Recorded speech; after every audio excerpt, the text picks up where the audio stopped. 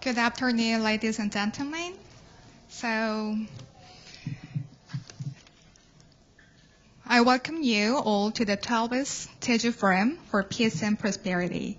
This session is jointly held by UNITAR CFAR Jeju, JITC, and Jeju International Training Center is an organization affiliated with the UNITAR, holding various training workshops to achieve sustainable development goals. The participants of our training sessions are seated here to learn about policy implications for safe route and safe city for peace and prosperity of the region. As this session is open to public, I hope all the participants in this room will take part in this session. So this session is being translated from Korean into English and English from English into Korean. So for Korean, please tune the receiver to channel 1. For English, please tune your receiver to channel 2. So let me introduce Ambassador Young-San Ma, Director of JITC, who is the chair of this session. Director Ma worked as the ambassador to Israel and also as the head representative to Palestine. His last foreign service was the ambassador to Denmark. He was also appointed as the first ambassador for public diplomacy, and he has been serving as the third director of the CFAR Jeju since February 1st, 2017. Please give a warm welcome to Director Ma.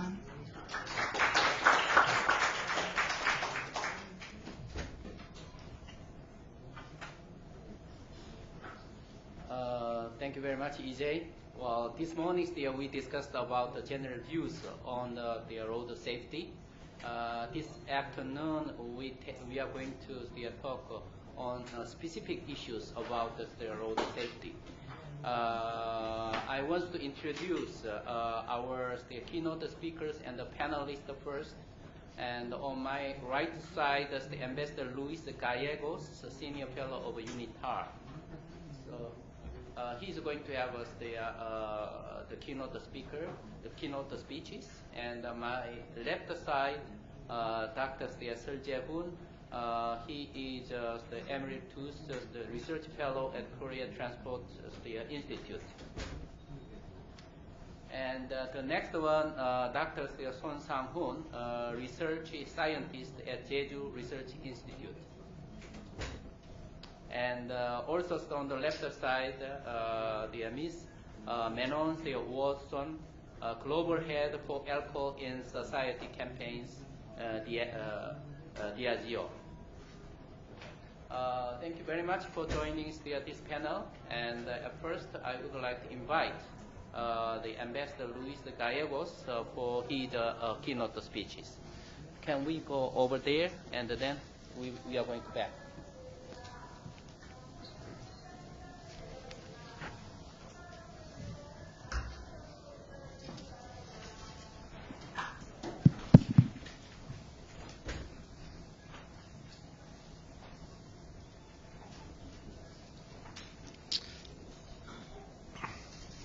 Good afternoon. We meet again. So for many of us who are in this room, you have heard me for 3 times this morning. I will try not to repeat myself except for the parts that are relevant. And I wanted to make a background of the video we saw this morning where the end result is that 500 children die every day going to school. It is, for me, a special privilege and an honor to be in this beautiful city of Jeju and today in the prestigious Jeju Forum for Peace and Prosperity. I wish the organizers of the Jeju Forum for Peace and Prosperity and UNITAR the best of successes in this very important meeting. I am honored to share this platform with distinguished colleagues and to represent the United Nations Institute for Training and Research, UNITAR. UNITAR is a dedicated training arm of the United Nations system and has a mandate to enhance the effectiveness of the United Nations through diplomatic training and to increase the impact of national actions through public awareness raising, education, and training of public policy officials, mainly in developing countries. During the 2014-2015 biennium, the Institute provided training and knowledge services to more than 74,000 beneficiaries to 962 training activities. Leveraging its position as the United Nations entity specialized in capacity building, UNITAR is working closely with other UN agencies as well as with key partners to assist government authorities to identify and implement strategies that improve road safety. We know that more than 1.2 million people die from road traffic crashes every year and that more than 50 million are injured. What is more striking is that the road accidents that are causing the death amongst young people ages between 15 and 29. Over 500 children, as I just said, under the age of 18 are killed on the world's roads each day, and thousands more are injured. Road traffic injury is the leading killer of children in their second decade of life. Imagine the impact on their families. The 2030 Agenda of Sustainable Development sets an ambitious target to halve the number of global deaths and injuries from road traffic accidents by 2020. This is only 3 years away. Additionally, the 2030 Agenda for Sustainable Development integrates another target that relates to road safety. Goal 11.2 calling for provide safe access, affordable access, and a sustainable transport system for all, improving road safety, notably by expansion of public transport, with special attention to the needs of those in vulnerable situations, women, children, persons with disabilities, and older persons. With the view of contributing to achieve road safety targets through capacity building and education, UNITAR launched in 2015 its Road Safety Global Initiative in cities, placing priority in countries with high road traffic death rates, with special focus on low-income countries, least developing countries. UNITAR's Road Safety Global Initiative targeted two audiences: A, government officials and public policy makers, legislation and local authorities, and B, youth and other road users, schools, colleges, and university students. Our efforts have been concentrating in two lines of work: advocacy and capacity building. Our advocacy and awareness-raising activities aim to change road users' behavior on the key risk factors of road traffic injuries: speed, drunk driving, the failure to use helmets, seat belts, and children restraints properly at all.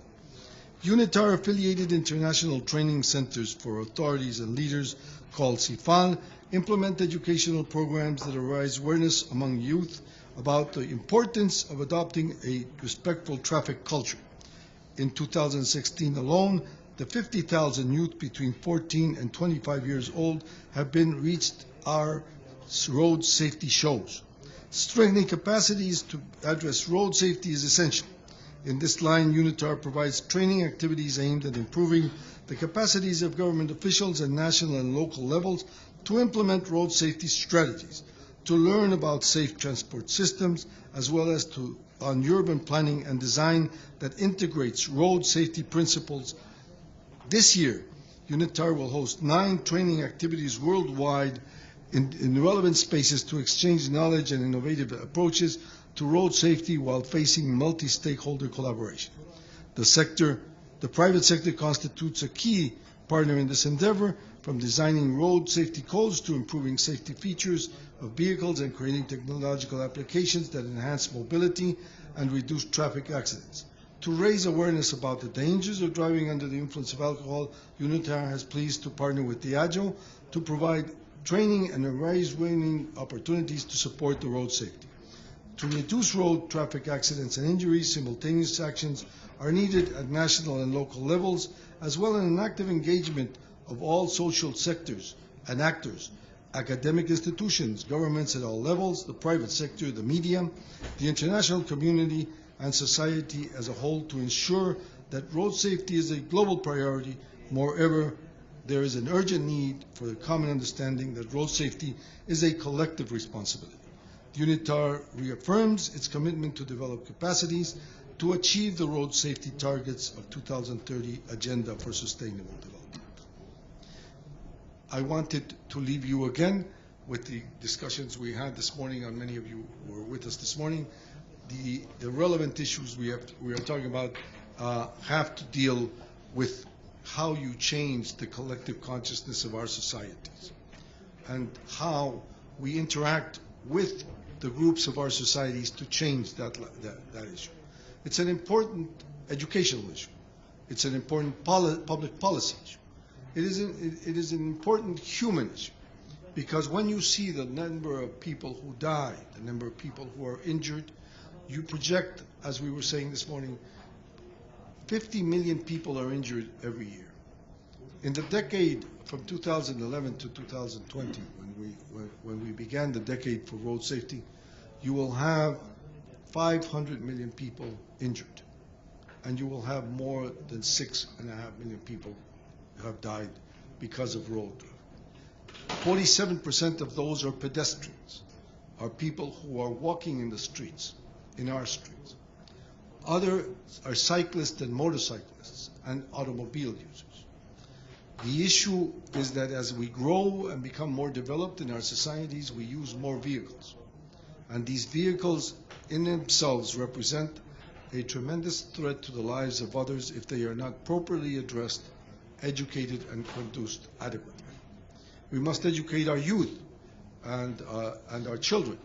As you saw from the video, children in our societies have an enormous responsibility, because while in some developed societies you have the order and restraint and population that permit you to be orderly in many ways, in other of our societies you do not even have cross paths, as you saw in the video in Africa. But that is not to say that only in Africa this happens. This happens in all the underdeveloped world. And while the majority of these accidents that happen are accidents that happen in our developing world, the more developed world has reduced significantly the number of people who have died and the number of people who are injured in car accidents. We are, to end this introduction as a keynote speech, we are in front of a new and great challenge, which is the use of technology. The use of smartphones to communicate, the use of smartphones to distract is one of the other issues that create road accidents. The level of technology that we are talking about, of self-driving cars and our trucks being driven without human control, is another issue which may solve one problem and create another. Ambassador Ma mentioned this morning the impact on the economy of the countries. In 1980, the United States, 1 out of every 9 Americans worked for the automobile industry or the service industry. That meant that they repaired cars, they drove cars, they were taxi drivers, etc. Now, the industry does not employ so many people. 1 out of every 9 Americans live in relation to the service industry. The change of economic emphasis on automobiles as the primary source of growth of the American economy has changed to technology. We will see more technology challenges, and in many cases these technologies will erupt into our livelihoods and lives to be seen in ways they affect us. In many cases our society will not be prepared adequately for that growth, and we must acknowledge that. In other cases, it will benefit enormously from this technology shift, which I trust will be in the benefit of all. I wish you the best of this meeting, and to my fellow panelists who will be speaking this afternoon, I wish them to have the best of successes, because the result of this workshop and the result of this panel will mean that we have active participants in awareness of this thematic. Thank you very much.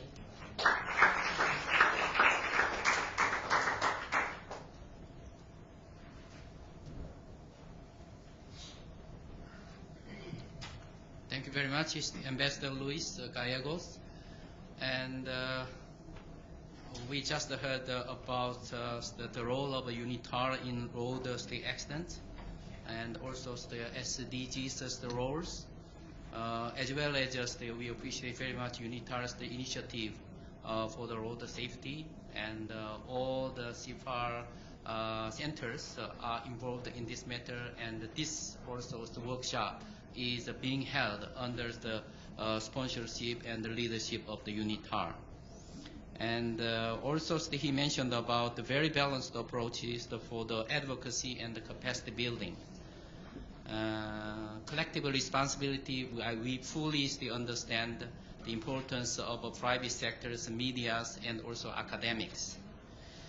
Thank you very much, the Ambassador. And our next speaker is Dr. Sir Jeju. He will talk about the improving road safety in Korea. Now we are going to have more specific issues. You have 15 minutes, Dr. Sir. Thank you.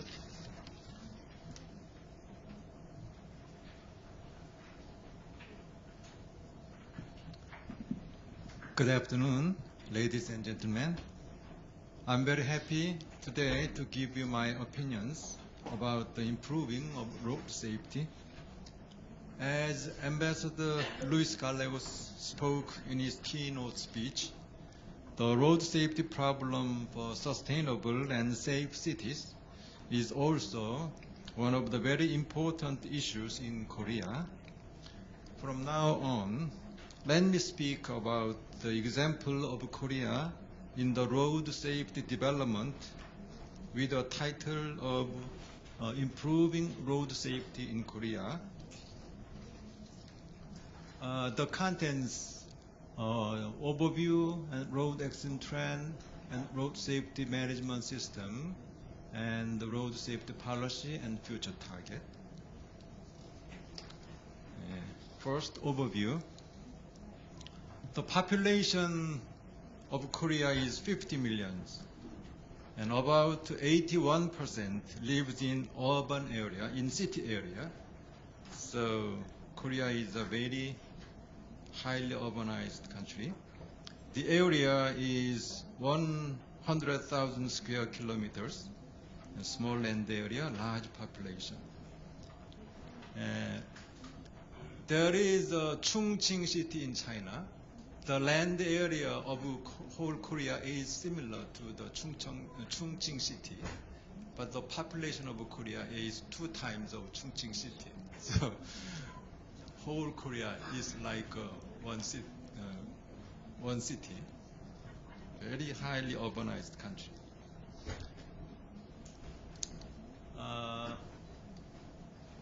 The traffic environment, the number of motor vehicles is 24 million, and driving license holders 30 million, and vehicle ownership of 489 vehicles per 1,000 population, about 1 vehicle per 2 people, and GDP per capita about $28,000 US. Now let me speak about road accident trend. This slide shows the trend of road fatalities in Korea. There was a 68% reduction of fatalities during last 25 years. There was 13,429 fatalities in 1991, and it becomes 4,292 in 2016. So there was a very good reduction in Korea. And this slide shows the figures of population, motor vehicles, and GDP and road fatalities. The number of fatalities by road types. The total number of fatalities in 2015 are 4,621 persons. The fatalities on the metropolitan road and city road in urban area are 2,364 persons in 2015. So 51% of the total died in the urban area. But the population of urban area was is 81%. So the accident rate in the urban area is a little low than the population. The fatalities on the regional road and county road, local area, are 2,016 persons in 2015, it's about 44% of the total. So the accident rate in local area is higher than urban area.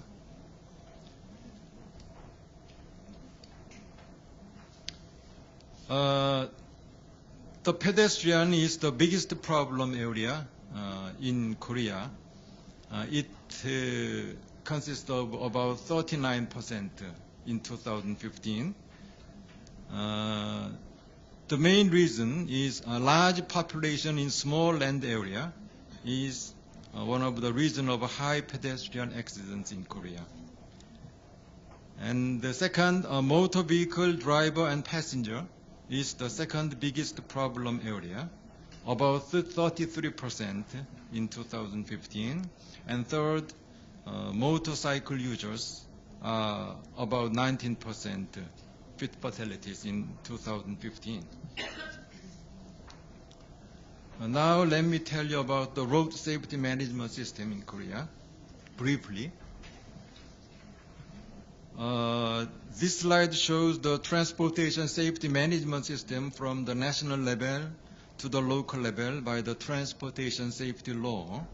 At the national level, there is a National Transportation Committee chaired by Minister of MOLIT, Minister of Land, Infrastructure and Transport. And there is a National Transportation Safety Action Committee also. And at the local level, there is a Regional Transportation Committee chaired by the Governor of a province. We have a total 17 provinces in Korea. And there is a City and County Transportation Safety Policy Committee at each city and county level.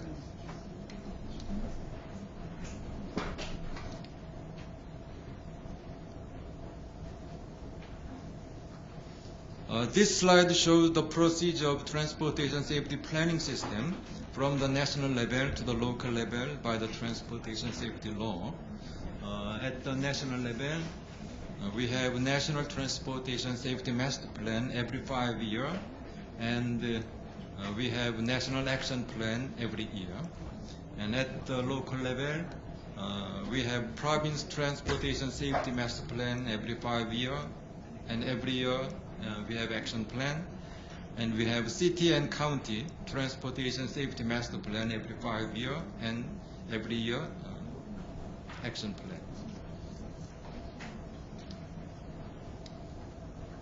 Now let me tell you about the road safety policies in Korea. This slide shows the major contributing factors in road safety in Korea. The first factor is high-level safety management.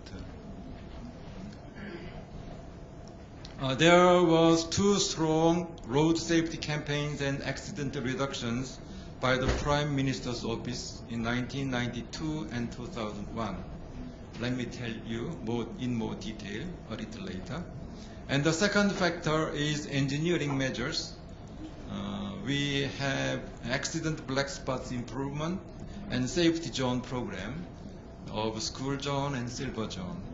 The third important factor is enforcement.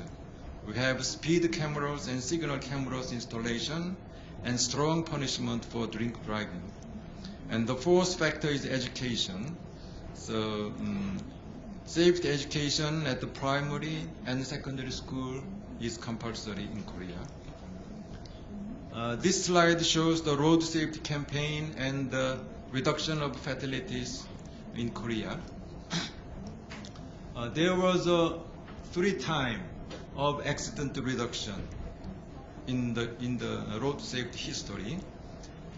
The first was in 1992 and 1993 by the strong PMO, Prime Minister's Office campaign. There was about 3,000 persons reduction of fatalities.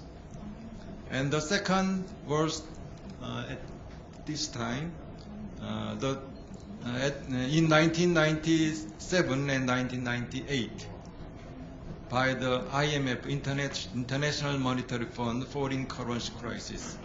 At that time, we had no special safety policy, but because of the foreign currency crisis, the price of fuel becomes very high and the traffic volume reduced. So there was about 3,500 reduction of fatalities at that time. And the third time was in 2001 and 2002 by the Prime Minister's Office Task Force team. At that time here, there was about 3,000 fatalities reduction. And at that time, I went to the Prime Minister's office and I worked at the task force team together with other government officials and specialists. So, my point is the road safety campaign by the very high level government office, by the Prime Minister or by the President is very important in the reduction of fatalities. This slide shows the accident black spots improvement. As you know, the frequent accident location is referred to as black spots. In Korea, in urban road, more than 5 accidents per year, and in regional area, more than 3 accidents per year. That location is designated by accident black spots in Korea. And the number of black spots is about 8,000 spots in Korea in 2014. And about 85% of the accident black spots are in urban roads. So in the city area, the urban area has many black spots. Between 2002 and 2011, a total of 5,000 black spots have been improved. And on the improved side, the number of accidents decreased by 28% and the fatalities decreased by 43%. So the accident black spot, frequent accident location improvement is very important in road safety.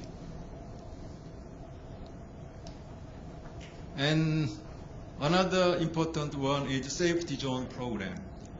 We have 3 kinds of safety zones by Road Traffic Act in Korea. The first one is school zone, around all schools, and elderly people zone, also called silver zone, because the hair of elderly people is silver. Around all elderly people facilities, and disabled people zone, around all disabled people facilities. The designation of zone area of 300 radius from the main entrance of every facility is designated as zone. We have about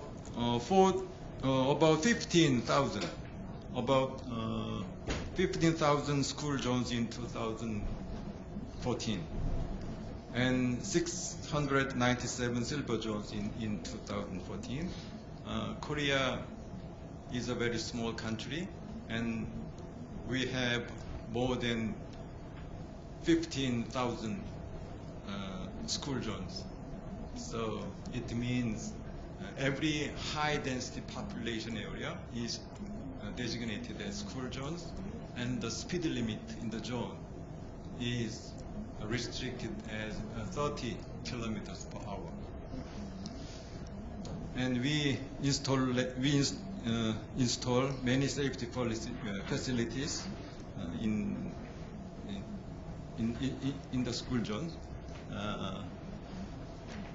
There is a barrier between pedestrian and cars, and this shows the 30 kilometers per hour speed limit. This shows the speed hump. And this is in Korean language means school zone.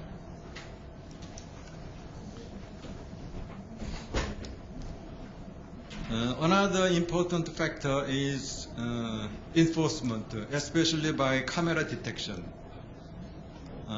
We have total 5,700 cameras nationwide in Korea.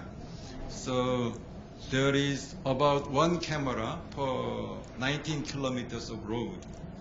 And total 1 million tickets are issued by camera detection among all 14.8 million tickets in 2015.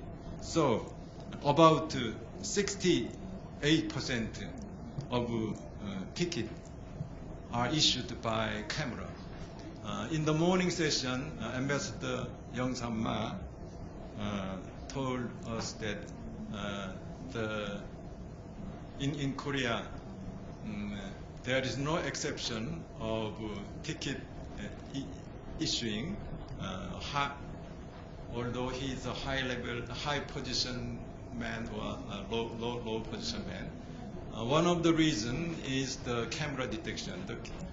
When the photo was taken by the camera, the penalty cannot be exempted. All person, although he is a president or parliament man, he must pay the ticket price. So it is our system.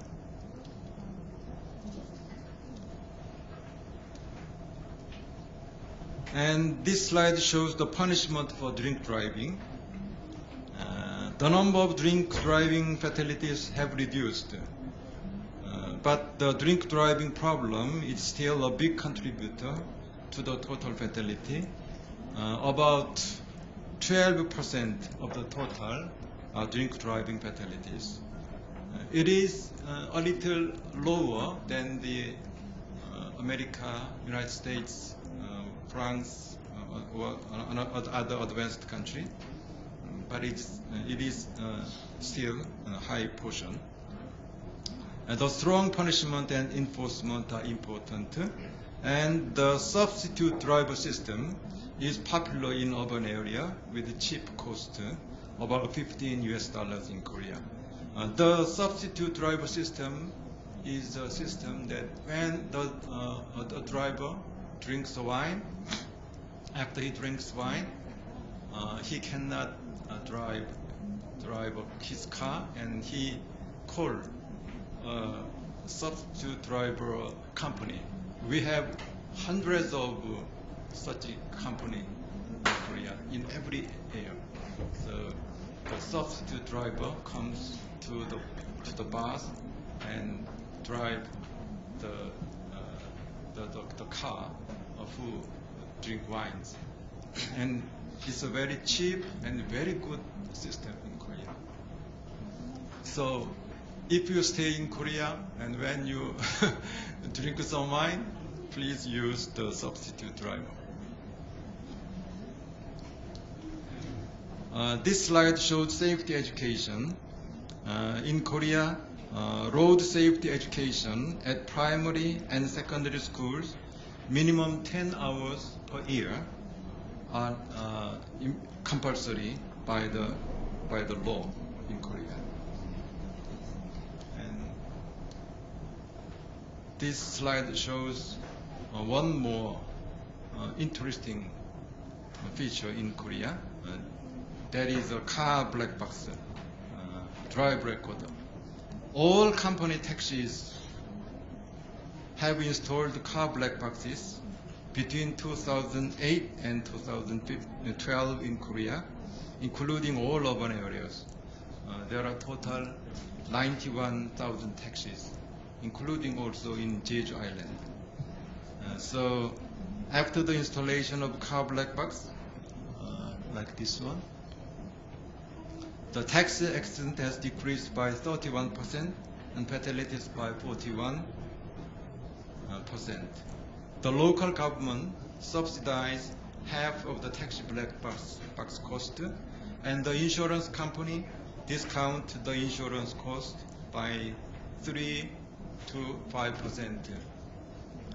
Total 5.3 million passenger cars receive the black box discount by the insurance company. And the black box cost is about 100 and 300 US dollars. Very cheap, and when the driver violates the traffic rule, all his behavior is recorded by the photo and by the voice. So we can see the accident scene and we can hear all sound during the accident.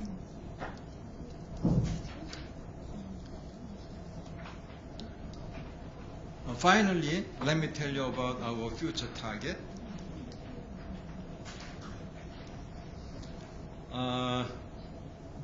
The 8th National Transportation Safety Master Plan during 2017 and 2021 set the road accident reduction target according to the UN Sustainable Development Goal 3.6. So Korea's 2021 target is total 2,700 fatalities, half of 2010 fatalities, and 5.2 fatalities per 100,000 population, and 1.0 fatalities per 10,000 motor vehicles. And this slide shows the fatality reduction target.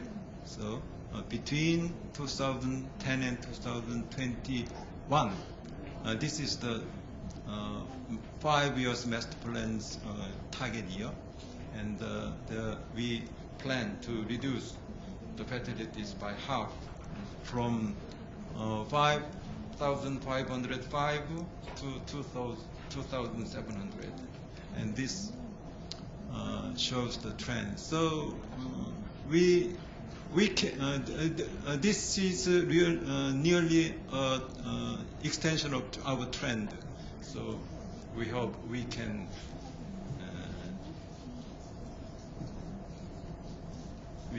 achieve our goal. It is our hope. Now, thank you very much for your attention. Thank you very much.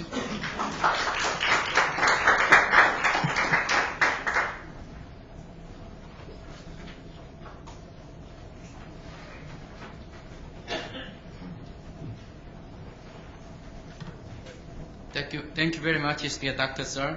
Very good presentation.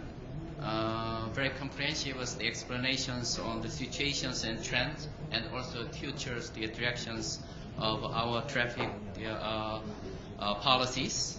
And also we are very impressed by the road management systems and also the road safety policies.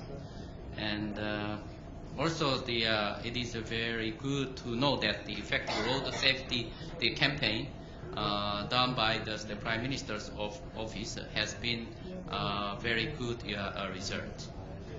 And as you mentioned at the end, the SDGs, the goals, that is to have the traffic death by 2020. I hope that we also want to see that that goal can be achieved in a few years. Our next speaker is Dr. Sang Son. He is from locally. He is from the Jeju Research Institute. That's why he is going to give a presentation on the Jeju situations. So his the presentation title is Efforts to Enhance Transport Safety and Urban Mobility in Jeju. Dr. Song, please.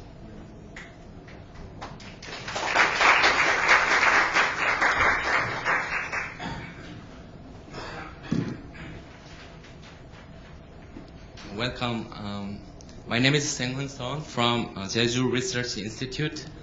Please wear simultaneous translation device so that I can deliver my talk more efficiently.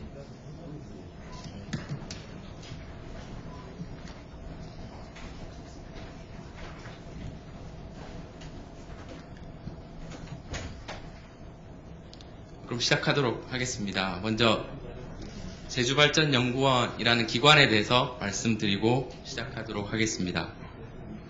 우리 제주연구원은 지방 출자 출연기관입니다. 그래서 우리 지방 정부와 함께 중장기 계획 수립, 정책 개발, 그리고 현안 대응을 위한 연구를 기본적으로 수행하고요. 지방정부의 정책 의사결정을 돕고 있습니다. 따라서 오늘 저는 우리 지방정부 관계자를 대신해서 우리 제주특별자치도의 지속 가능하고 안전한 지역을 만들기 위한 최근의 노력 몇 가지를 말씀드리고자 합니다. 그리고 각각의 노력에 대해서, 활동에 대해서 제가 연구원으로서 어떤 지원을 하고 있는지 제 업무에 대해서도 병행해서 말씀드리고자 합니다. 우리 제주 지역도 교통안전과 도시 이동성 측면에서 그 관심이 그 어느 때보다도 높은 상황입니다. 왜냐하면 인구와 관광객이 최근 급증하고 있기 때문인데요. 인구와 관광객이 많아지면서 도내 등록 차량도 굉장히 증가하고 있습니다. 특히 제주도는 관광지역이라는 특성 때문에 렌터카 대수도 굉장히 많아지고 있습니다. 인구, 자동차 증가는 교통사고 건수가 늘어난다는 것을 쉽게 우리가 예측할 수 있고요. 그 다음에 인명피해, 물적 피해도 증가하고 있는 상황입니다. 뿐만 아니라 교통 혼잡도 급격히 증가하고 있습니다. 제가 통계 자료를 몇 가지 준비를 했는데요. 시간 관계상 통계 자료는 생략을 하고 나중에 시간이 남으면 다시 와서 설명을 드리도록 하겠습니다. 제가 보여드릴 통계 자료는 모두 인구, 관광객, 차량, 렌터카가 증가하고 있다는 것을 보여드리는 자료가 되겠습니다.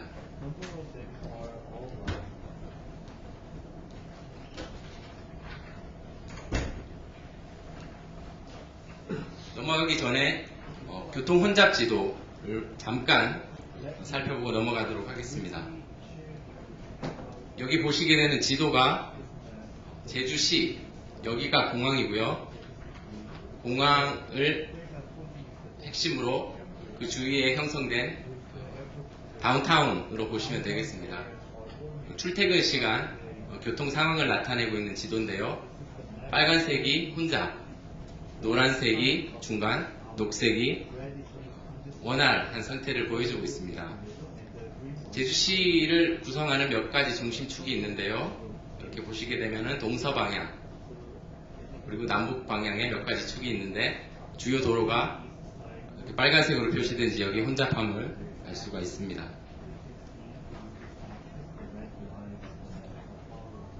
그리고 또 하나 보여드리고 싶은 지도 하나가 우리 대중교통, 제주 지역의 대중교통 서비스가 어디에 집중적으로 서비스가 되고 있고 어디가 취약한지를 나타내는 지도가 되겠습니다. 여기 보시게 되면 색깔이 푸른색으로 진한 부분이 대중교통 서비스가 굉장히 많이 공급되고 있는 지역을 나타내고 있고요. 보시게 되면 아까 보여드린 공항을 중심으로 한 제주시가지, 이 하단부는 여러분이 계시는 서귀포시가 되겠습니다. 서귀포시가지를 중심으로는 상대적으로 대중교통 시스템이, 대중교통 서비스가 굉장히 높음을 알 수 있는 반면에 그 외 지역을 보시게 되면 굉장히 흐릿합니다. 다시 말해 대중교통 서비스가 취약하다, 상대적으로 취약하다. 이 말인즉슨 지역 간 통행에 있어서 지역 간 우리 모빌리티 관점에 있어서는 굉장히 취약하다. 이런 점에서 개선이 필요하다는 것을 나타내고 있습니다. 지금부터 제가 세 가지를 말씀드리고자 합니다. 첫 번째는 교통안전 관점에서 아까 설재원 박사님께서 설명했듯이 Transportation Safety Planning System이 국내에서 진행되고 있는데 내셔널 레벨에서 대응하는 지역 교통안전계획에 대해서 말씀을 드리고요. 두 번째, 아까 제가 렌터카에 대해서 말씀을 드렸는데 렌터카, 제주 지역의 렌터카 대수는 전체 차량 대수의 10% 정도를 차지하고요. 그에 따라서 교통사고에 대한 인적 물적 피해도 10% 정도를 차지합니다.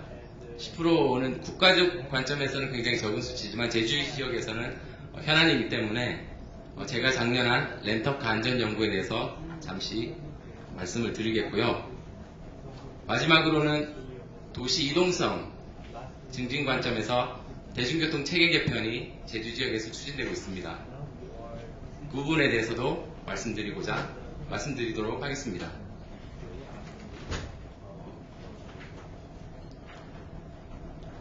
지방교통안전기본계획이 작년에 수립이 돼서 보시다시피 2017년부터 2021년까지 앞으로 5년 동안의 제주 지역 교통안전 정책을 명시를 하고 있습니다. 이 계획은 법정 계획으로 중앙정부 계획과 대응해서 수립하게 되어 있고요. 여기서 저희가 세 가지 목표를 제시를 했습니다. 보시게 되면 첫 번째, 2015년에 교통사고 사망자 수 93명을 죄송합니다. 여기 숫자가 없는데 2021년에 52명으로 44% 정도 줄이겠다는 첫 번째 정량적 목표가 수립이 됐고요. 그리고 교통안전 관점에서 우리 광역시, 프로빈스 레벨에 있는 그런 지역과 경쟁해서 5위권 안에 들겠다. 그리고 세 번째 목표는 교통문화 관점에서 또 마찬가지로 프로빈셜 레벨 그런 지역과 경쟁해서 탑5 안에 들겠다는 세 가지 정량적 목표를 제시했습니다. 목표를 달성하기 위한 수단 그리고 전략으로서 크게 네 가지로 구분이 됩니다. 우리 교통안전에서 3E, 3E로 구분되는 Engineering, Enforcement, Education 그리고 저희 하나를 덧붙였는데요. Cooperation, 그래서 교통안전을 추진하는 여러 가지 기관들이 있는데 그런 협력관계까지 포함한 네 가지 전략을 삼고 그리고 여기 보면은 4+9 앞에 있는 숫자가 중점 대책 그리고 뒤에 있는 대책을 일반 대책으로 구분을 해서 16개 중점 대책과 25개 일반 대책으로 구분해서 수립을 했습니다. 보시다시피 네 가지 영역으로 구분을 했고요. 지금부터 여러 가지가 있는데 지역 관점에서 제가 좀 더 집중해서 말씀을 드리기 위해서 타 지역에서는 일반적으로 다 하고 있지만 제주 지역에서 특별히 하고 있는 거에 대해서 집중해서 말씀드리도록 하겠습니다. 그 중에 하나가 우리 엔지니어링 관점에서의 교차로 사고를 방지하기 좀 더 줄이기 위해서 라운드어바우트, 회전교차로 사업을 제주도에서 많이 추진하고 있습니다. 지금 2010년부터 해서 지금 100여 곳 정도 추진되고 있는데요. 그림을 먼저 보여드리면 여기가 지금 여러분이 계시는 서귀포 지역의 어떤 교차로가 됩니다. 오지 교차로인데 그러다 보니 여러 가지 상충, 컨플릭트가 많이 발생하게 되고요. 컨플릭트가 많다는 것은 교통사고로 연결되는데 그런 지역들을 회전교차로 바꾸는 사업을 전면적으로 추진하자는 게 지방교통안전기본계획 중에 한 가지 대책이 되겠습니다. 지금 100여 곳 정도 제주도에 설치가 됐는데요. 교통사고가 줄었다는 사실 그리고 교통사고가 발생해도 회전교차로를 이용하기 위해서는 속도를 줄여야 되기 때문에 교통사고의 심각도 측면에서 굉장히 효과가 있는 것은 사실입니다. 그래서 이 부분을 지속적으로 확대시켜 나갈 예정이 있습니다.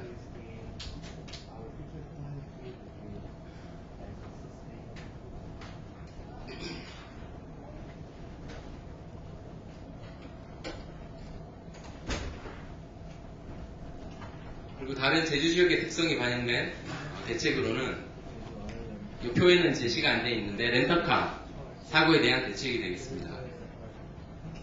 이렇게 명시적으로 제시된 대책을 말씀을 드리면 지금 100여 개가 넘는 렌터카 업체들이 제주도에 있는데 그 업체들의 교통 안전을 평가를 해서 우수 업체에 대해서는 이 업체가 더 우수하다, 안전적으로 안전 측면에서 더 많은 노력을 기울이고 있다. 그래서 소비자들이 그 업체를 선택하게끔 하는 그런 유도 정책을 추진하려고 하고 있습니다. 그 두 가지 측면에서 지역에서 관심 있는 부분을 말씀드렸고요. 그럼 저는 이 대책을 수립할 때 어떤 역할을 했느냐? 지역연구원에서 이런 법정 계획을 수립할 때 자문위원으로 참여를 하게 됩니다. 자문위원은 뭘 하냐면은 이런 여러 가지 대책을 발굴할 때 아이디어를 제시를 하고요. 그 다음에 완성된 계획에 대해서 검토를 하게 됩니다. 이런 대책이 전체적인 밑그림을 그린다는 측면에서는 굉장히 의의가 있는데, 다만 한 가지 우려되는 부분은 교통안전을 주관하는 여러 가지 기관이 있습니다.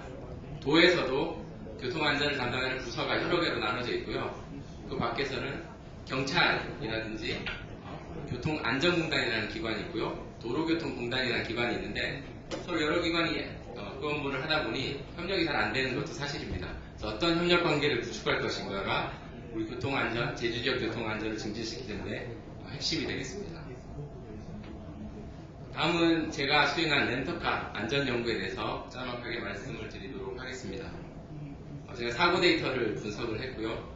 법제도 검토를 실시했고 렌터카 이용자들에게 설문조사를 실시했습니다. 그래서 알게 된 사실 중에 하나가 렌터카가 일반 차량에 비해서 주행거리가 3배는 많더라. 따라서 이용거리를 줄이는 노력이 필요하다, 동네에서. 또 하나는 렌터카 이용자들에게 설문조사를 한 결과 렌터카 업체들이 일부 렌터카 업체들에서 사전 교육을 실시합니다. 이런 점에 주의하십시오. 이 길은 피하십시오. 이런 점을 이용하십시오라고 정보를 제공하는데 그런 짤막한 교육들이 효과가 있었다라고 응답을 했고요. 또 마지막으로 그 차내에 있는 내비게이션에서 안전정보를 제공하는데 그 안전정보가 정확할 시에는 굉장히 도움을 받다라는 답변이 있었습니다. 따라서 정책적으로는 그런 부분들을 법제화시키든지 더 활발하게 이용할 수 있는 토대를 만들어줄 필요가 있다고 제가 제안을 했고요. 마지막 연구 결과로서 제가 만들어낸 제안은 사실 렌터카 업체들이 사업 관점에서는 굉장히 잘 수행을 하고 있지만 안전 측면에서는 그게 좀 자율성이 강하다, 해도 되고 안 해도 되고 그런 부분들을 조금 더 강제화시키거나 법제화시킬 필요가 있다는 것을 연구 결과로 제안을 했습니다. 마지막 토픽 중에 하나인 대중교통 체계 개편에 대해서 말씀드리도록 하겠습니다. 이 대중교통은 도심 내 이동성뿐만 아니라 지역 간 이동성을 위해서 추진이 되고 있는데요. 크게 11가지 과제로, 목표 11가지 과제로 구성이 되고 있습니다. 지금 있는 대중교통 시스템보다 빠르게 이용자가 이용할 수 있고, 더 편리하게, 편안하게 이용할 수 있고, 더 저렴하게 이용할 수 있는 체계를 만들자는 거고요. 제가 한 가지 덧붙이자면, 지금까지는 노선 조정이라든지 여러 가지 변화가 버스 업체가 주도권을 갖고 있었는데, 우리 공공에서 그런 주도권을 갖도록 변화시키자라는 게 이 개편의 목표가 되겠습니다. 그래서 11개 사업이 추진되고 있는데 시간 관계상 핵심적인 몇 가지만 보여드리도록 하겠습니다. 첫 번째는 버스 우선차로제인데요. 아까 보여드린 이 구간들, 지금 혼잡한 구간이 되겠습니다. 이 구간에 대해서 버스가 우선적으로 이동할 수 있는 시설을 만들게 되고요. 두 번째는 급행버스가 되겠습니다. 지금은 버스가 모든 정류장에 점거를 하다 보니까 시간 측면에서 굉장히 불리하게 한 게 사실인데, 지역에 있는 주요 거점, 그리고 공항, 그리고 환승센터라고 불리는 이 정류장마서는 익스프레스 서비스를 하자는 게 핵심이 되겠습니다. 버스 대수가 지금은 530대 제주도에 있는데요. 그러다 보니 여러 가지 서비스가 부족한 측면이다라는 판단하에 이 부분을 797대, 약 50% 정도 늘리자는 계획도 핵심이 되겠습니다. 그리고 역할 분담을 다시 하자는 건데요. 지금은 버스 업체에서는 운행 그리고 종사자 관리에 좀 더 집중하고, 행정에서는 노선 조정, 그래서 변화하는 환경에 즉시 대응하자는 게 핵심이 되겠습니다. 이 과제를 수행하면서 제 역할은 데이터 분석, 그리고 앞으로 대중교통 체계 개편이 되면 전후에 따른 모니터링, 그 다음에 어떤 식으로 지속적으로 변화가 필요하다는 그런 사항들을 도출하는 게 제 역할이 되겠습니다. 이제 마무리를 할 텐데요. 뭐 여러 가지 버스 체계 개편의 핵심은 버스의 경쟁력을 불러서 경쟁력을 향상시켜서 승용차와 경쟁할 수 있는 수준까지 만들고 이용자의 판단에 맡기자가 핵심이 되겠습니다. 이런 과제들이 그런 연장선상에 있고요. 이동성 확보를 위해서 가장 중요한 점은 이런 전체적인 개편에는 혼란이 따르게 됩니다. 그런 혼란들을 얼마나 짧은 시간 안에 얼마나 그 강도를 줄일 것인가가 핵심이 되겠습니다. 제가 약 15분간 여러 가지 설명을 드렸는데요. 이런 내용들은 제가 생각할 때는 인구, 자동차가 급격하게 느는 그런 지역들, 그리고 관광 특성이 있는 지역들에서는 한번 참고할 만한 가치가 있다고 생각을 하고요. 혹은 도움이 될 수 있다는 생각이 들고요. 그리고 제주도에는 이뿐만 아니라 여러 가지 정책들이, 시도들이 다양하게 추진되고 있습니다. 한 가지 예를 들면 공항에서 여기까지 오는 도로 중에 한 구간을 구간 단속이라 그래서 어떤 두 포인트의 시작점, 끝점에 카메라를 매달고 구간 단속을 실시하는 그런 시도도 지금 하고 있는데요. 그래서 여러 가지 시도들이 하고 있으니 혹은 다음에 이런 기회가 마련된다면 이런 여러 가지 시도들이 어떤 식의 결과를 맺었는지, 그리고 그 시점에서 또 어떤 정책들이 제주도에 준비됐는지를 말씀드리도록 하겠습니다. 감사합니다.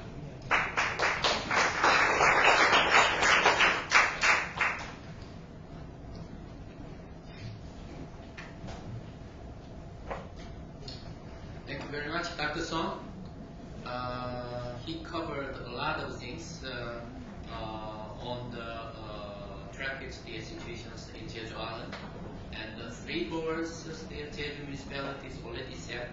I think they have quite the reasonable ones, and also he mentioned about the public transportation system and the rental car system. Many people, many residents in Jeju Island has a special interest in public transportation system.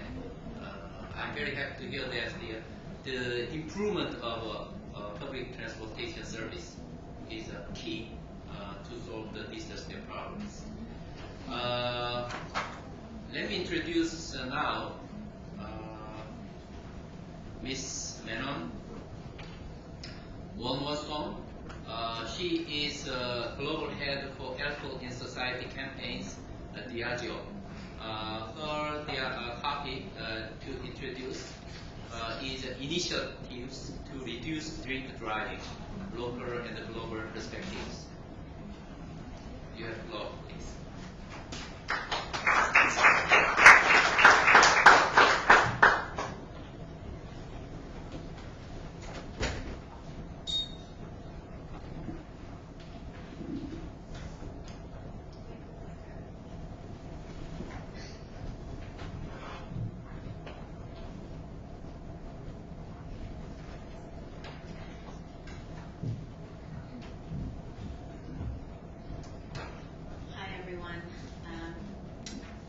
Some of you have already heard parts of the speech, and welcome to those that are new. I will cover some of the ground that we talked about earlier today, just to ensure that we're all on the same page, and then talk a little bit more about what we do as an industry, and then highlight one specific initiative that Diageo is very confident and passionate about. So before I start, good afternoon to everyone. Thank you to all that have joined us. I'd like to say thank you to UNITAR and the Jeju Forum for allowing us this opportunity at such a prestigious gathering. I'm here today representing Diageo, which is the co-sponsor of the workshops that we're having about road safety and strengthening that for cities along with UNITAR. If you already don't know, Diageo is one of the largest spirits producers in the world. We have a range of products. We are operating in over 180 countries. Some of our known assets are like Johnny Walker, Windsor, Guinness, and Smirnoff. And usually, whether it's the industry representing us in the sort of forum of it's us specifically, Diageo people are very curious as to what is our role in a forum like this, and that's what I'm here to share with you. We definitely can't tackle the issues of road safety on our own, but within the space of drunk driving, we do have certain initiatives that we've been running that have been impactful, but we're always looking for more partners and more impactful ways to ensure that our consumers are getting the right information, that they have access to the right tools so that they make better decisions about issues of road safety. So drunk driving is an issue that's central to us, and we're very passionate about. The whole sort of Unitar and Diageo partnership came about because Unitar recognized our track record within this space, and they asked us to partner to run workshops and trainings such as the ones that we're running in Jeju this week to strengthen the issues around, strengthen capability around road safety, particularly in middle to low income countries. So that said, let's talk about sort of the overarching issue. Road safety is a major international public health issue. It disproportionately affects low and middle income countries. Still, the road safety community has identified best practices. What we've seen is that there's a need to plan, adapt, implement, and evaluate best practices in different settings. Now, we do have programs that can work across certain geographies, and then sometimes they need to be tweaked and adjusted to fit the specific concerns and infrastructure needs and technology gaps or what have you in different countries. From a Diageo perspective, and we talked about this earlier, we believe in order to tackle this problem effectively, you need to have education. That means ensuring the public have access to information, they know what the laws are, they know what the consequences are, and they have alternative options to the said issue. So for us, it's drunk driving. Are there alternatives to to not drinking and driving? Enforcement is also a big issue in terms of shifting attitudes. We also, as Diageo, support certain policies, whether it's setting limits for blood alcohol content, or supporting higher penalties for repeat offenders, or ensuring certain aspects of driver's license processes have particular subject matter that covers this topic. And of course, partnership. So everyone here, everyone a part of this forum, and a part of the workshops that we're running over the next couple of days has a role to play. And it's about how we connect those dots so that we are collectively making the right impact versus working in sort of silos. So that was Diageo's sort of approach. But we do a lot as an industry, okay? We work with an organization called the International Alliance for Responsible Drinking to address the challenges of drunk driving. Last year, as an industry, we ran over 340 programs specifically on the issues of drunk driving. These are programs that are advertising campaigns. They're promoting designated drivers or safe rides home, similar to the example we saw earlier about the substitute driver program. We support policy enforcement as well as providing education and training, not only to consumers, but again to the police force, to government officials, those who are involved within the whole value chain of road safety. And since 2010, IARD has ran pilots, specific targeted pilots in a set of countries to tackle these precise issues. And we've identified sort of some best practices. Again, maximum BAC levels, blood alcohol content levels for drivers are essential parts of these programs. Effective enforcement, targeting the high-risk groups around high-risk periods of the year, well-designed mass media campaigns, and other prevention strategies. But the bit about well-designed mass media campaigns is an important one. Communication has probably the most integral part in all of this, because we can have the right policies, we can sort of improve infrastructure, we can do all these other pieces. However, if we're not communicating that that these policies are in place, that the consequences are in place, that there are actual consequences to drink driving. A lot of what we're doing, you won't see the full effect of it. So some of these pilots that we've ran in different countries cover these examples here.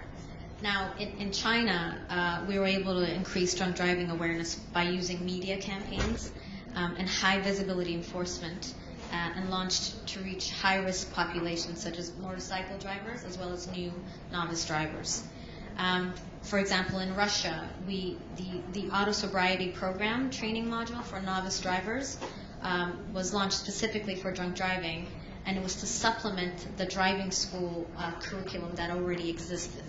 So again, going back to the way we're educating our drivers is an important part of this equation. In Colombia, IART achieved a reduction in drunk driving through a specific project that was implemented in 6 cities with the participation of route traffic experts and implementation of high visibility and sobriety checkpoints.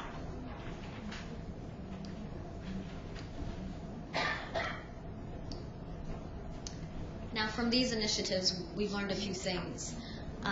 Low and middle income countries might perceive road safety as not a high priority. I know that we have seen some stats that showed drunk driving is the large proportion of the road fatalities. But the way it's viewed inside the country by the public, by government officials, could be different. Even in countries where you see the fatality rates at a really high percentage, you still don't see the public feeling that it's a priority. There is no sort of public outrage sentiment going through the general public.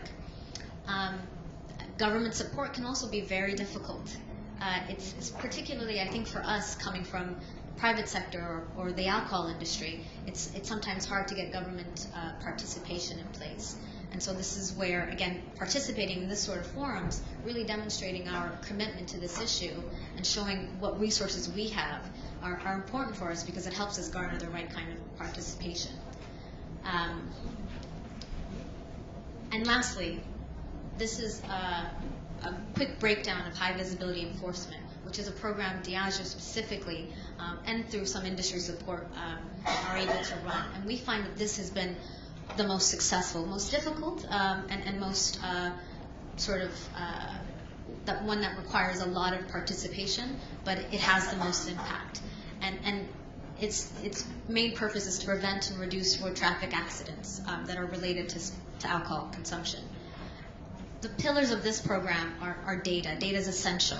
So again, we can have all these programs that we're running, but if we don't have the right data to show the impact, the effect that it's having, then it's almost pointless that we're running these programs, because we can't gauge whether it's improving or shifting attitudes. So having a city, a district, a certain municipality that is committed to collecting data rigorously at a certain level is important in this kind of initiative. The police force are critical in making high visibility enforcement work. We need to create a designated workforce for the police that will collaborate specifically on setting up these checkpoints. There's a training component involved as well, not only in using the breathalyzers, but how do you manage sort of a checkpoint? And then a lot of coordination for various sectors like public health, highway officials, traffic administration, again, all the different parts of the value chain within this topic. Breathalyzers and other equipment is critical in order to make a high visibility enforcement initiative work. So having access to these sort of tools and finding resources that are enabled to fund them for particularly the low-income countries that may not necessarily have access to them. So we support that, and finding other sources to support that is integral, as well as training of using those mechanisms. And lastly, it's the actual checkpoints. It's how all of these pieces come together at a specific checkpoint. And there is sort of ruthless enforcement, right? We talked about earlier about how some celebrities in certain countries, influencers, get away with this. But if you are to catch a government official or an influencer in a society, they too would be held to these high standards. So when you put all of these together and you're able to implement these really sort of rigorous checkpoints along with media and campaigning. So when you're doing these sort of efforts, you got to tell the people. The people have to be aware that it's coming. This is what it's aimed to do, and make sure that they're ready for it. Because you find that also deters people from drink driving because they know that there's checkpoints set up in certain locales. When we did all of this, and particularly in a specific district within Mexico City, we experienced a 30% reduction in alcohol-related fatalities. The numbers are there, but what we need is to get the partners, the support, the resources in order to get this up and running in many of your countries and many other countries that we operate in as a business. So I will end my presentation there. I'll just say that we have a very ambitious target at hand. And the collective efforts of all of us here are necessary in order to make that 50% reduction that we're after. And as Diageo, we fully support the international community's involvement, as well as really supporting evidence-based approaches and multi-stakeholder collaboration. And we really think we can do it with everyone contributing. Thank you.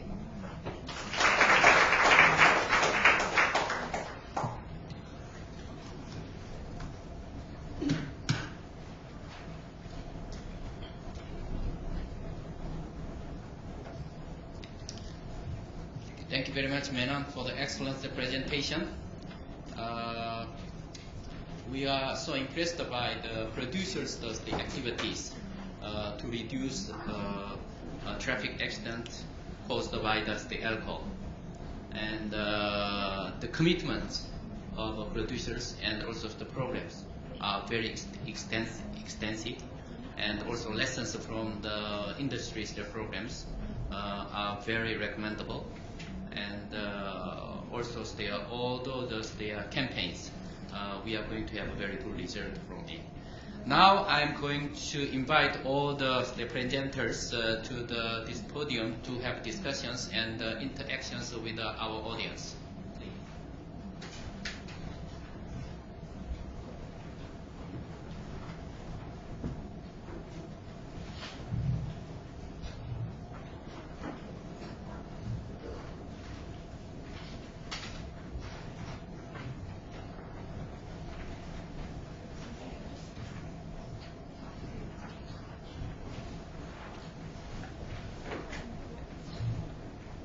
So now I'm going to open the floor for the audience to have interactions by the comments or by raising their questions.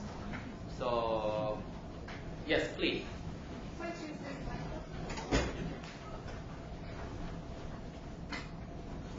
So please introduce yourself very briefly and then comment or the questions, please.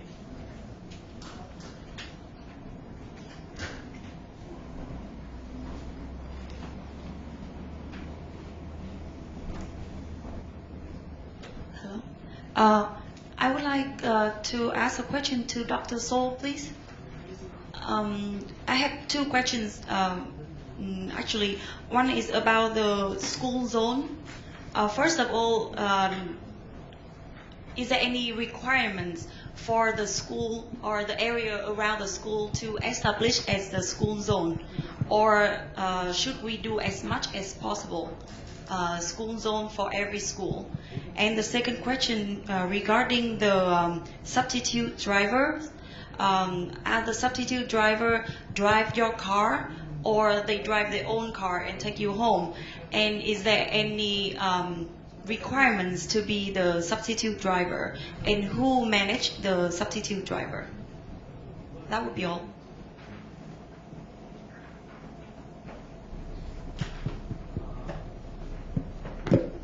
Let me tell you in Korean language. Please use the earphone. 먼저 스쿨 존을 지정하는 데 있어서 어떤 리콰이어먼트가 있느냐에 대해서 물어보셨는데요.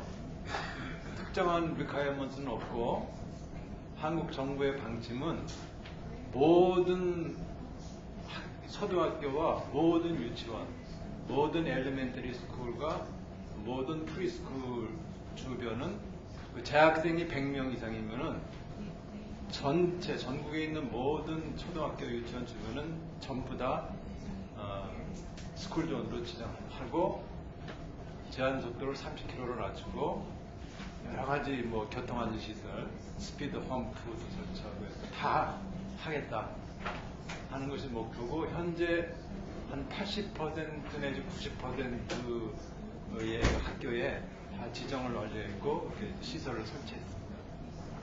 특정한 어떤 설치 어떤 requirements는 없고 모든 학교를 대상으로 한다. 왜냐면 뭐 어느 모든 학교의 학생이 사고로 죽는 건 다 똑같기 때문에 특정하게 뭐 어떤 학교만 한다 이런 건 없습니다. 모든 학교를 대상으로 한다는 게 첫 번째고요. 두 번째는 그 substitute driver. substitute driver는 그 일반 운전면허, ordinary driving license를 가진 사람이면 다 그걸 운영을 할 수가 있습니다. 그래가지고 우리나라에는 수백 개의 그 substitute driver 컴퍼니가 있습니다. 그래서 그 컴퍼니 전화번호가 뭐 신문이나 이런 데 많이 알려져 있어요. 근데 거기 이제 전화를 하면은 거기 있는 사람이 그 술집으로 바로 찾아와서 이제 차를 운전해 주는데 술을 먹은 사람의 차를 가지고 이제 그 사람의 집까지 태워다 주는데 따로 자기를 따라오는 운전자는 없습니다. 그냥 자기 혼자 그 술 마신 게스트를 이제 옆에 태우고 자기가 운전해서 데려다 주고 그 다음에 집으로 돌아올 때는 어떻게 하느냐? 집으로 돌아올 때는 그 한국의 대부분 도시가 이제 그 나이트 버스를 운행합니다. 심야 버스가 아주 밤새 운행하는 차가 있어요. 버스가 서울 같은 경우도 나이트 버스가 운행이 되고 있어서 밤새 운영을 하는데 물론 시간 간격은 좀 한 뭐 30분에 한 대 이렇게 뜸하죠. 낮처럼 그렇게 많이는 안 다녀요. 그렇지만은 돌아올 때는 대개 대중교통으로 돌아옵니다. 그리고 지하철도 새벽 1시까지 서울 같은 경우는 운행합니다. 그렇기 때문에 그 사람이 이제 그 substitute driver가 돌아갈 때는 대중교통을 이용해서 돌아갑니다. 그래서 보통 하루 저녁에 한 번 정도밖에는 그 대리운전을 못합니다. 그 정도는. 간략하게 말씀드렸습니다. Thank you very much for the very good, interesting questions as well as the answers. Follow-up questions: How much it costs to have a substitute driver? 예, 아까 제가 말씀드렸듯이 제일 싼 데는 10,000원에서 제일 비싼 데는 20,000원. 평균 15,000원 정도입니다. About $15. About $15 is the cost of substitute driver, of using the substitute driver. It is quite still cheap, reasonable price, because he has to be get back by the public transportation back home. So, considering the whole amount of time he used, I think the price is quite reasonable. Okay, any other questions or comment, please?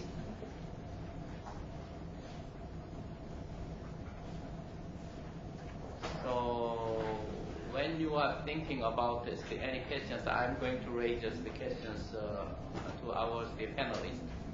There is a big gap between the developed countries, the developing countries on the death rates by the traffic accidents. What is the main reason for the death difference, and how developing countries, what kind of the actions they need to take to improve their situations in developing countries?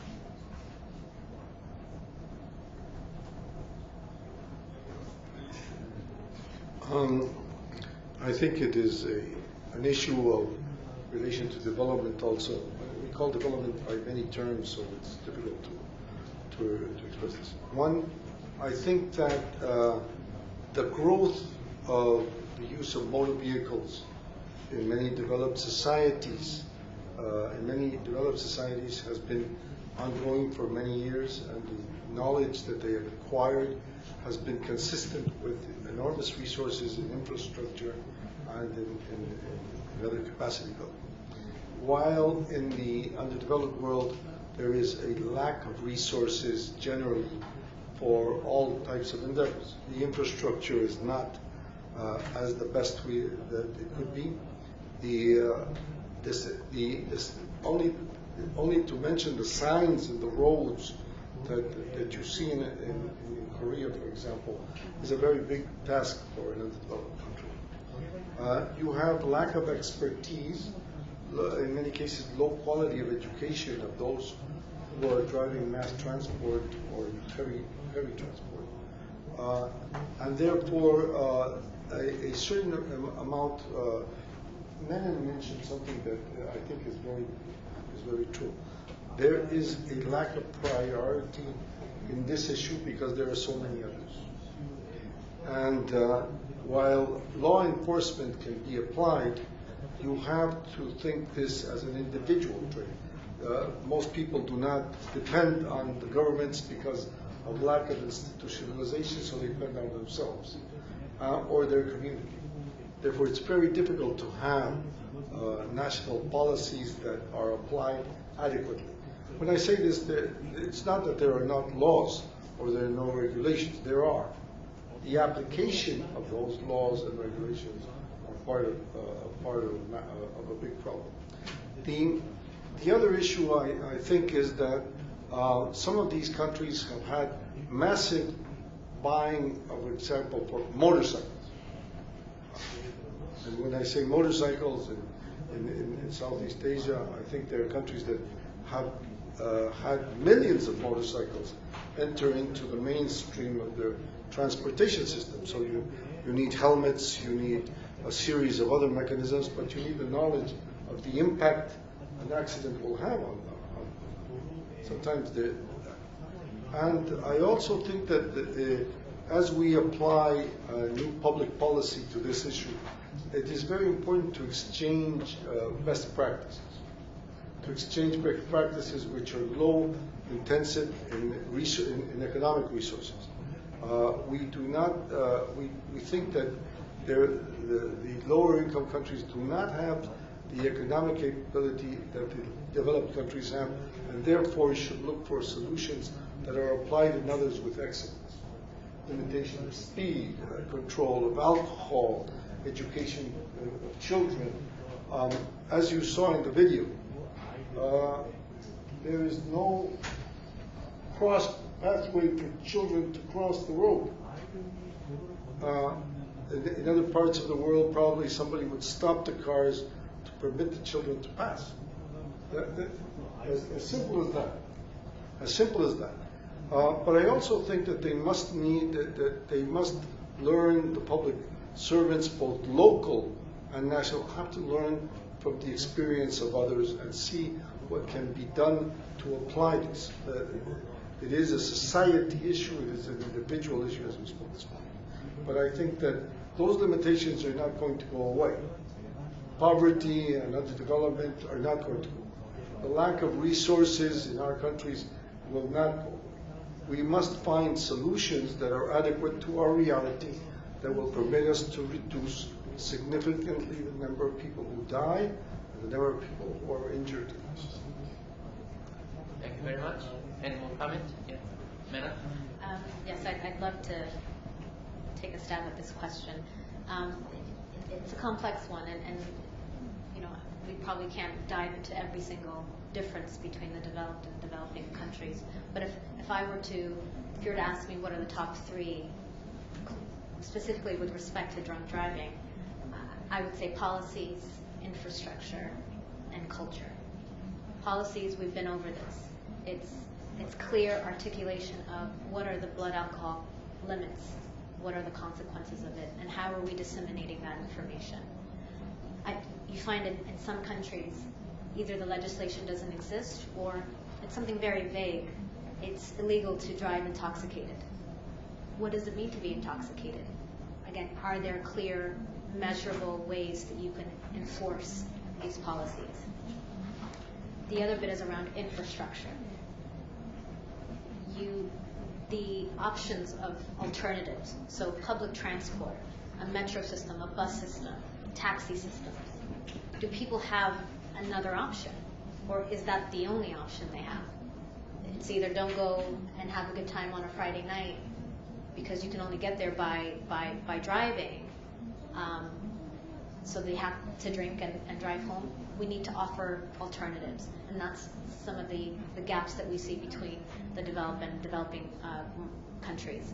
The other part is on culture. You find that in some countries, in like the U.S. or in Europe, it is culturally unacceptable to drive drunk now. People won't tolerate it. It's a part of discussions in family households. It's taboo. If you get stopped for drunk driving, I mean, you're looked at as if you have no sense. Whereas in other countries, it's socially acceptable.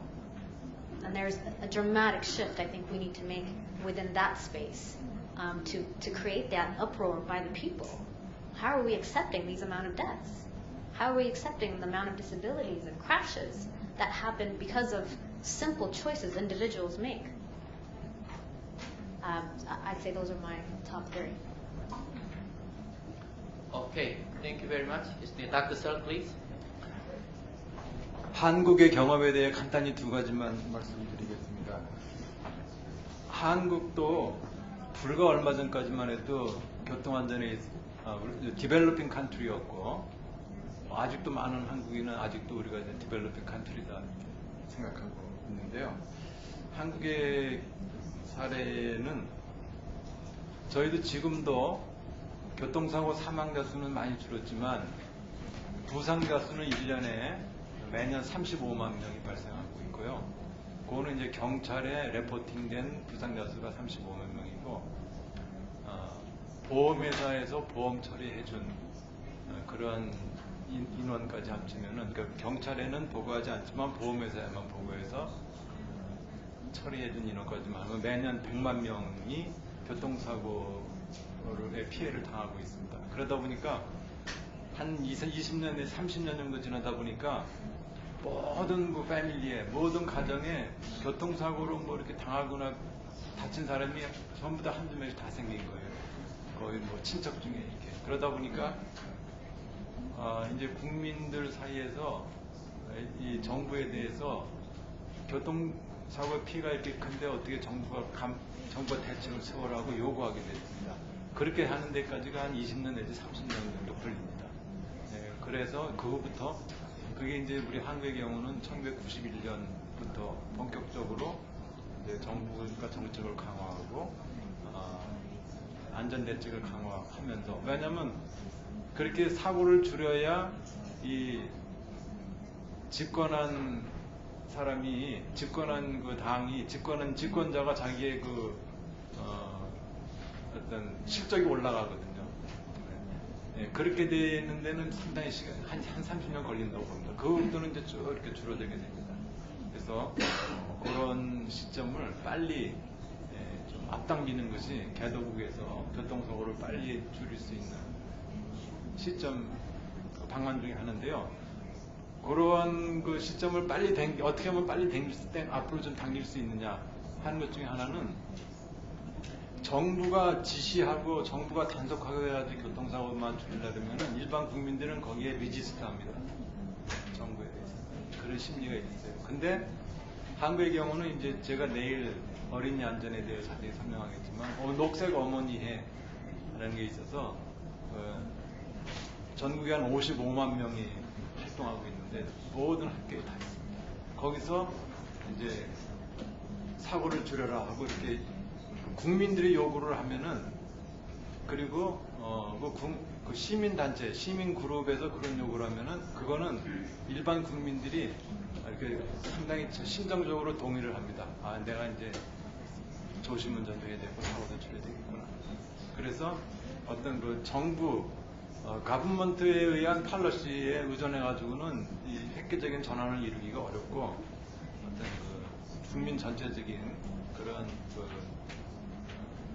정서적인, 정신적인 그런 참여, 동참, 그리고 그런 요구, 그런 것이 이제 빨리 이게 이제 생기게 하는 것이 좋은 방법 중에 하나다 하는 것이 저희 경험에서 말씀드리겠습니다. Thank you very much. I think the time is up. We are going to stop here. And in conclusion, I have a feeling that this is we need to have a very concerted effort among the stakeholders. Thank you so much. And we have a 10 minutes break, 20 minutes break, and then we are coming back. Thank you.